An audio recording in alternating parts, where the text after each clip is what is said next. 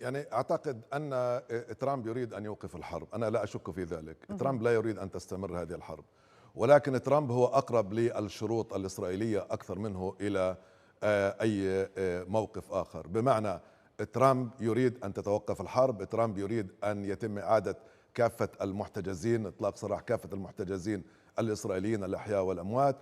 ولكن ترامب أيضا يريد أن يرى إدارة جديدة لغزة بعيدة عن حماس. حماس ليس لها علاقة بهذه الإدارة، وترامب يريد أن يرى موضوع السلاح قد حل، وأن الإدارة التي ستدير غزة مسؤولة عن الأمن من الألف إلى الياء دون أن يكون هناك تدخل من قبل أحد.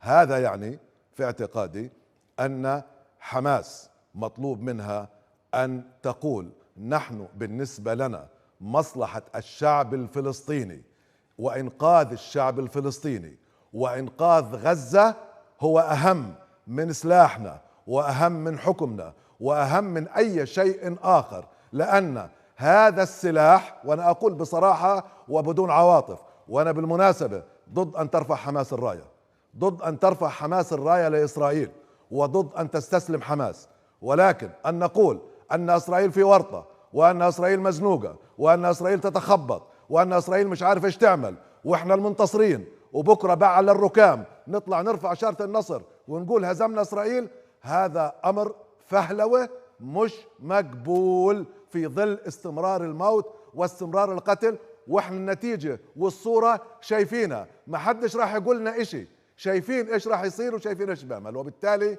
كل شيء يجب ان يكون على الطاولة، كل شيء. لا شيء مقدس اكثر من انقاذ غزة واكثر من انقاذ حياة الناس في غزة. فيش اشي مقدس. لا تقول لي مقاومة مقدسة، المقاومة لها 70 سنة، كانت قبل حماس ب50 سنة وراح تستمر. والمقاومة لا تعني كفاح مسلح، والمقاومة لا تعني بندقية، المقاومة تعني حق الشعب الفلسطيني في مقاومة الاحتلال وفقا للظروف ووفقا للمعطيات ووفقا لما يخدم مصلحة الشعب الفلسطيني.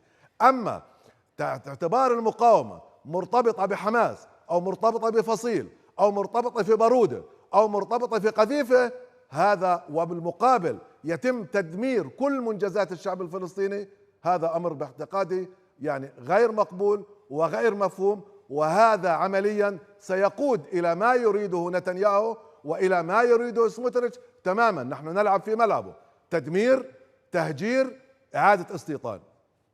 هذا باختصار النتيجة نعم التي دكتور. ستكون. نعم.